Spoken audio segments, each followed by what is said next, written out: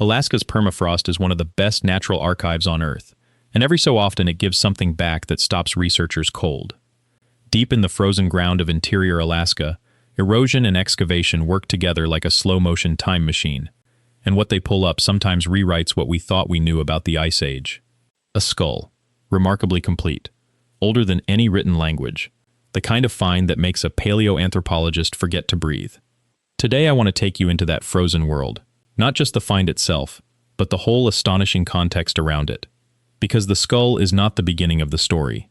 It is more like the key that opens the door. And behind that door is Beringia, a lost continent, an Ice Age crossroads, and one of the most consequential chapters in the entire human story. Stick with me, because the deeper we go here, the stranger and more fascinating it gets.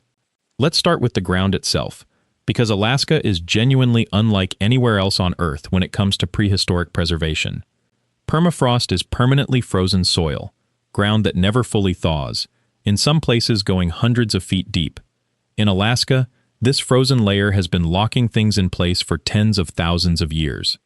Bones, tusks, teeth, skin, hair, even stomach contents, all of it held in a cold, dark vault with almost no decomposition. Miners working the gold fields around Fairbanks in the early 20th century kept pulling up Ice Age bones along with their ore. It became almost routine. Shovel through frozen muck, hit a mammoth tusk, call it Tuesday. The locals actually had a word for these organic-rich frozen deposits. They called them muck, which is unpoetic but accurate. The muck is essentially a graveyard in slow motion, and it is still yielding surprises. What makes a skull, any skull, particularly valuable is structure. A skull is a record of almost everything. The size and shape of the brain case tells you about cognitive development. The teeth tell you about diet, age at death, and stress events during childhood. The facial architecture can suggest evolutionary relationships across populations. When you find a complete or near-complete skull from the Ice Age, you are not just looking at a single individual. You are looking at a snapshot of an entire world. And the world this skull comes from, the world of late Pleistocene Alaska, was something we would barely recognize today. 20,000 years ago or so, during the peak of the last glacial maximum, so much of Earth's water was locked up in ice sheets that global sea levels dropped dramatically, by some estimates, well over 100 feet below where they stand today. That drop exposed a vast region of seafloor between what is now Siberia and what is now Alaska. This was Beringia, not a narrow land bridge, which is how people often picture it, but a subcontinent. Some estimates put it at roughly the size of Australia. Grasslands stretched from horizon to horizon. Rivers cut through rolling tundra. The climate, surprisingly, was drier and in some ways more hospitable than you might expect, not buried under glaciers, because the very dryness that came with the Ice Age meant relatively little snowfall in this region. This was not a barren, frozen wasteland. It was a living, breathing ecosystem. The megafauna of Beringian Alaska reads like a list from a fever dream. Woolly mammoths moved in herds across the steppe grasslands, their long curved tusks scraping through snow to reach the dry grass beneath. Giant short-faced bears, larger than any bear alive today, roamed the river valleys. There were horses, not the wild horses that disappeared from North America much later, but Ice Age horses that had been part of this landscape for millions of years. Steppe bison, with horn spans that would seem absurd to modern eyes. American lions, camels, yes, camels, because camels actually originated in North America before spreading to Asia and Africa, and ground sloths the size of small cars. We know a great deal about these animals because of finds exactly like the ones Alaska's permafrost keeps delivering. The most vivid example I can give you is Blue Babe, a steppe bison mummy found in the 1970s near Fairbanks, so well preserved that researchers could identify what killed it, probably a lion, find claw marks in the hide, and still see the reddish-brown color of its winter coat. They even reportedly sampled the meat, just to say they had. The permafrost had held that animal essentially intact for somewhere around 35,000 years. So when a skull comes out of that same frozen ground in exceptional condition, you understand immediately why it matters. The preservation window in Alaska is unlike anywhere else in the Western Hemisphere. Now, here is where the story gets genuinely complicated and genuinely interesting. When we find an Ice Age skull in Alaska, the first and most pressing question is, whose skull is this? Animal or human? And if human, what does it tell us about when people first arrived in the Americas?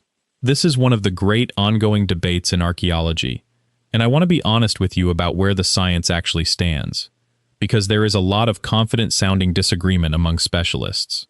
The traditional model, the one most of us were taught in school, held that the first Americans crossed into Alaska from Siberia via the Beringian land bridge, and then moved south through a so-called ice-free corridor that opened between two great ice sheets as the glaciers retreated. This placed the first Americans somewhere around 13 to 14,000 years ago, associated with what archaeologists call the Clovis culture, named for a site in New Mexico where distinctive fluted stone spear points were first identified. For decades, Clovis first was essentially dogma. Then sites started turning up that predated it. In Chile, a site called Monte Verde showed evidence of human occupation that most researchers now accept as older than Clovis, potentially by several thousand years. Genetic studies on living indigenous populations and on ancient DNA extracted from old remains have increasingly suggested that the ancestors of Native Americans arrived earlier than the Clovis timeline allows, and possibly via coastal routes as well as inland ones. The ice-free corridor, it turns out, may have been ecologically barren, not enough plants or animals to support a migrating population, at exactly the time Clovis-era humans would have needed to use it. Alaska sits at the center of all of this debate, which is exactly why a well-preserved skull from the region carries such enormous scientific weight. Human remains from the deep Ice Age are extraordinarily rare in North America. The permafrost can preserve animal bones in spectacular condition, but human burials are far less common, and the acidic, frost-heave-prone conditions of the far north are hard on organic material even when the ground stays frozen. When researchers find human remains that are truly ancient, meaning from the late Pleistocene, roughly the period between 10,000 and 50,000 years ago, and when those remains are structurally complete enough to study, they become among the most scientifically valuable objects on the planet. There have been a handful of such finds in the broader Alaska and subarctic region. One of the most significant came from a cave in southeastern Alaska, On Your Knees Cave, on Prince of Wales Island, where human remains dating to around 10,000 years ago were recovered along with ancient DNA. The mitochondrial lineage recovered from that individual pointed toward deep ancestral connections to populations that scholars link to early coastal migration routes. In other words, the skeleton was not just old, it was telling a story about how people moved through the world during one of the most dramatic climate transitions in recent geological history. A skull in better condition, from deeper in the permafrost, with a potentially earlier date.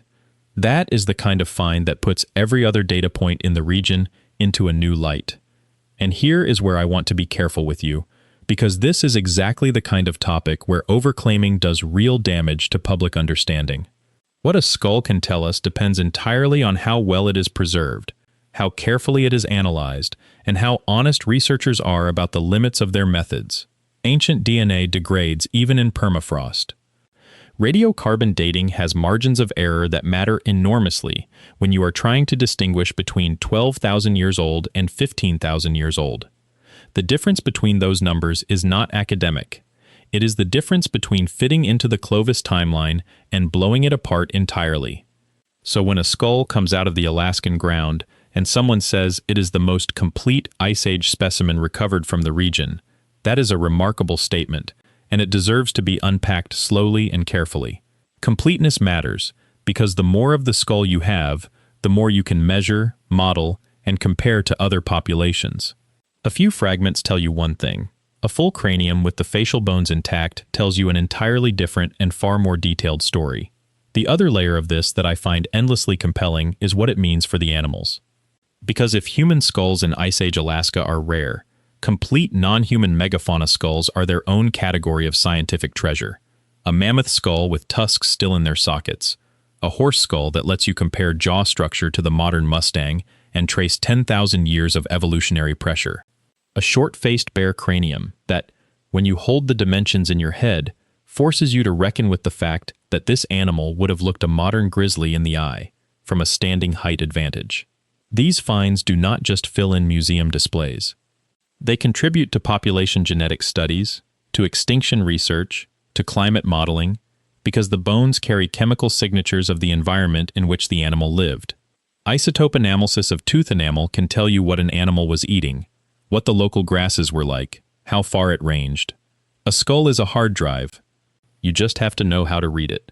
Before I get to where all of this is heading, I want to say, if you are the kind of person who finds yourself going down rabbit holes like this one, you might enjoy hanging around the thaw line.